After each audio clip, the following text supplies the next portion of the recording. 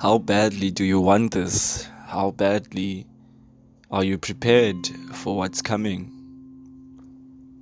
In bid of the incoming victory, there's plenty that we need to sacrifice now in order to have room for what's coming. You cannot be able to pour new wine into old wineskin, which means that what's new cannot be approached with the old. The good, the bad, and the ugly, but yet I still prevail.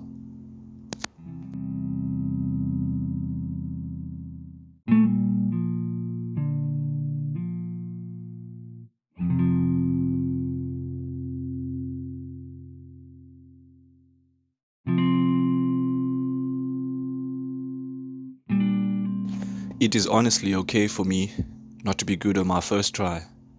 In fact, not being good on my first try leaves me room for growth and also a chance for me to expand. The important thing was for me to be orientated towards teamwork, seeing that this was my second work environment and it was something totally new. This was definitely a new way of dealing with others. The nervousness I had during my interview was immense. My soon-to-be supervisor could tell that I couldn't get a hold of my nerves, but I did my utmost best to communicate my abilities. Through all that, I was granted opportunity to begin work the same day. I give kudos to a new start and new opportunities that were headed my way. As difficult as it might have sounded, I needed to keep myself calm, but I couldn't bear hiding my excitement. Here I was in constant disbelief, but once I had calmed down, I knew I had to do my best and give my all to this learning venture. A part of me was so scared and confused about my role now. It took about a month for me to settle, but eventually it was all worth it. This entire month dedicated to learning about the working system, department hierarchies, and also my colleagues. The staff mostly consisted of women who were mothers and providers of their household. I felt so immensely excited entering a new realm with people whom were going to teach me a lot of valuable lessons about work and life itself. Many of them, saw mothers and father figures.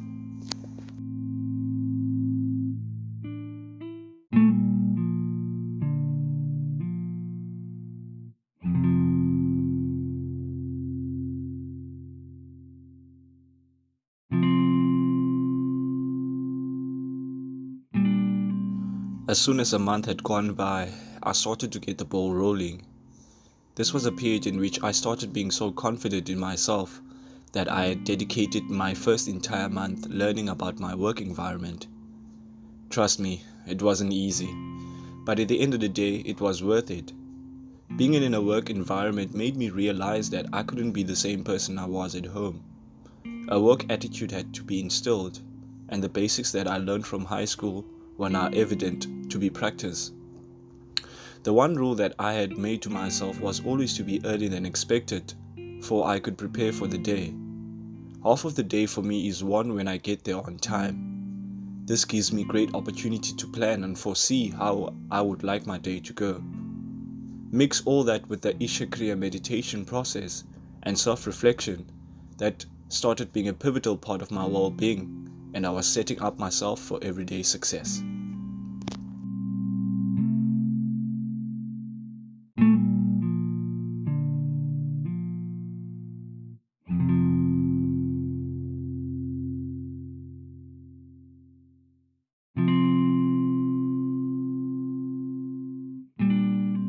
The story you tell yourself at any defining period of your life is one important one. I had to remember at this time period that we all came to work because we wanted to create a living for ourselves and also for our families. Our attitudes when it comes to work was a daily task and one that I couldn't afford to take lightly for any second. How you think and see the world is your responsibility. Once you take ownership of that, then you place the responsibility on you. To be honest, the last thing I wanted was to be told what and who I could be. It's much easier to listen to others about what we should be doing, and then forgetting that we are the person who decides that for ourselves. As much as I listen to others, I listen to myself more.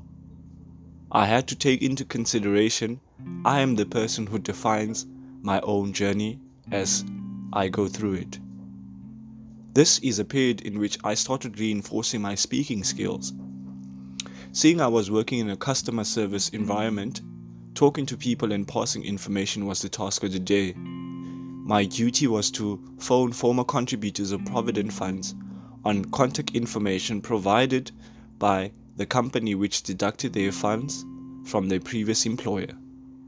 Our company was tasked to call and inform these members of their previous contributions towards their Provident Fund.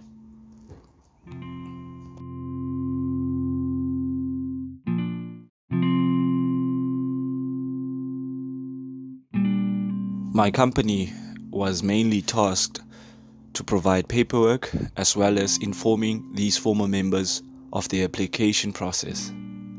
Learning the system took time, but eventually I got the hang of it. Another thing which made things much more satisfying was the mere fact that I was not the only one going through this difficulty.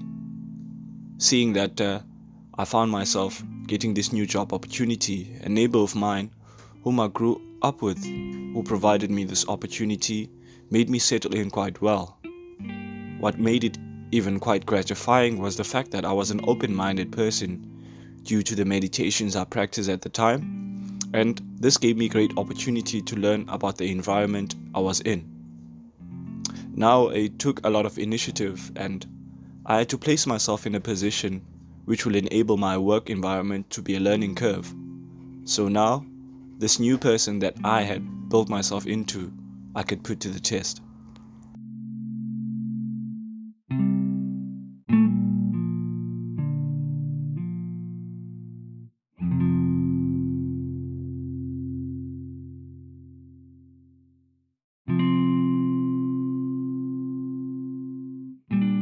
The amount of belief I had started growing immensely, and it also helped a lot with the adaptation to the work environment.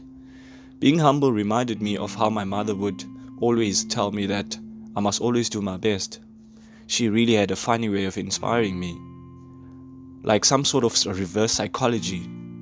My mom was such an amazing woman, great cook too. She was a mother of 6 kids, and yet the ambition and love for her kids was still burning inside her.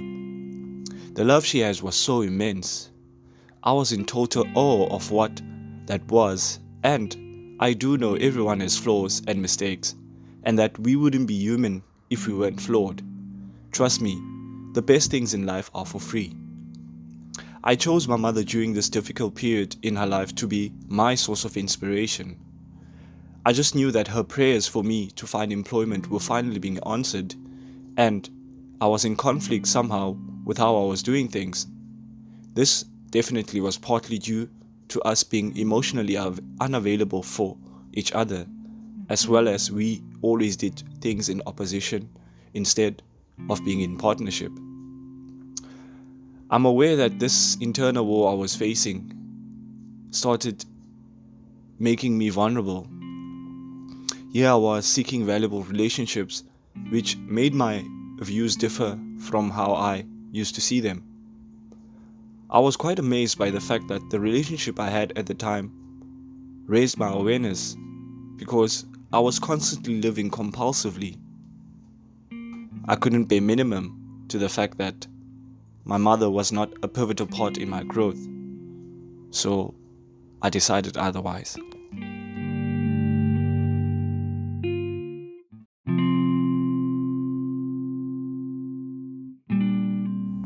Living compulsively often leads to you isolating a lot of people, and that is what happened to me. And as a result of isolation, plenty of my relationships, which were very valuable, suffered because of that.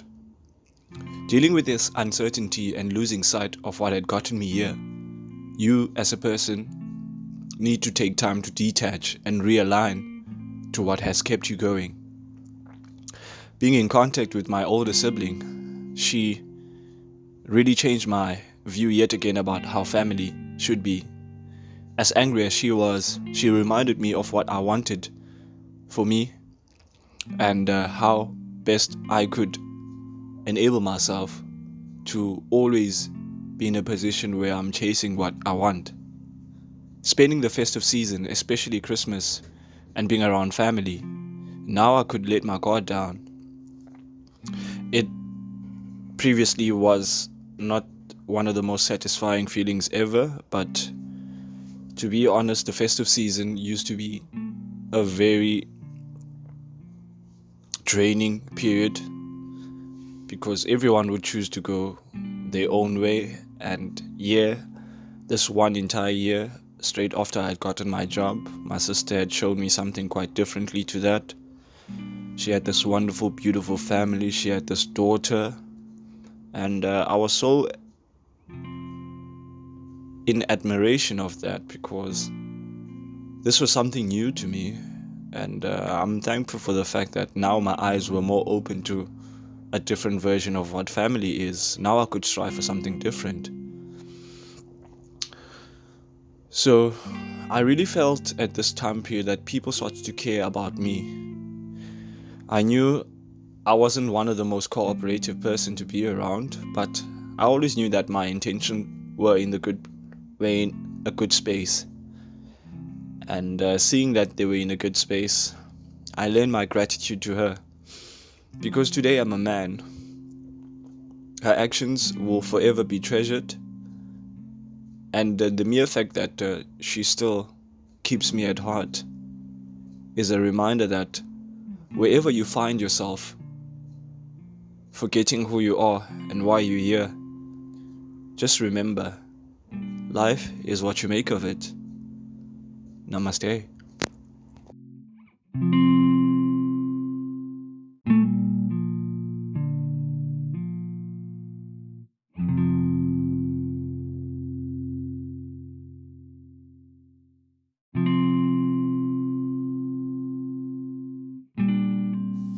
Many thanks for tuning in for this episode to learn and reflect with me. Your feedback will be highly appreciated, and reviews too on all the podcast platforms you are listening on. Until next time, namaste.